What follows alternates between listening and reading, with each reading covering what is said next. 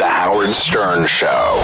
Do you write the majority of Parks and Recreation? No, we have a cast of a staff of writers, and I write an episode a year. Right. But I get to direct, episode as well. But no, we have a great staff of writers who. But the show was your idea, right? No, Mike Schur, who's a producer and a creator from Weekend Update at SNL. He started working on The Office, the American version of The Office, and then he went off with Greg Daniels and started Parks and Rec. Was it hard for him to get you in the show because you were coming off Saturday Night Live, your career was going really well? How does he convince you to do Parks and Recreation? Well, I love him and know how great and funny he is, and he basically called me, and I was just either pregnant or about to have a kid, my first kid, and just had left SNL and thought, like, there's no way I'm going to be able to do a show in Los Angeles. And why? He just convinced me. I was just like, the thought of moving there and then working again so hard, so fast. Were you scared when you started Parks and Recreation? Because you never carried a show. Mm-hmm. And also, everyone looks at you after Saturday Night Live, like, if that tanks, then your career is over and all that. Like, was all that pressure getting to you?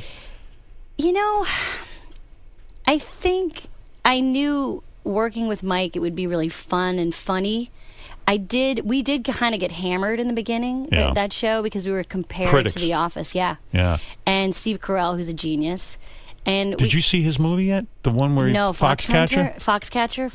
Fox Hunter or Foxcatcher? Fox Newscatcher. I didn't know it was Steve Carell. I was shocked. Prosthetic nose, man. Oh my God. That's how you get the awards. He was you got to wear fake I don't need a fake nose. I've got the nose. Mine looks like a fake nose. Yeah, that movie looks good. It looks tense. But when you go into a show like a Parks and Recreation, you can't go into it in a cavalier manner, right? You got to go, shit, okay, I got an opportunity here. I'm coming off Saturday Night Live. I probably could pick a lot of different shows.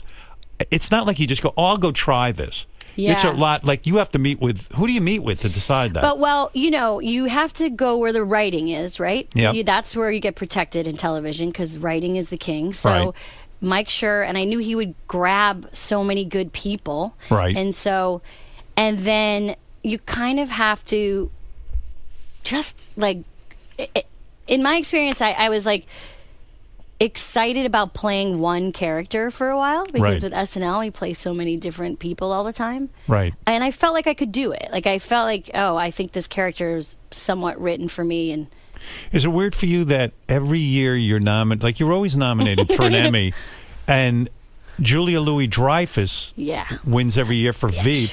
Yeah, that bitch. I mean, fuck her. I mean, she's got serious money. Shit. She's worth does she need? She's worth billions of dollars. You could use she's got other Emmys. She doesn't need another she has so many Emmys from other shows. But everyone I know who's a devout fan of Parks and Recreation says you so deserve. I don't know how you feel about awards, but it's more fun to lose than to win in a way. Why?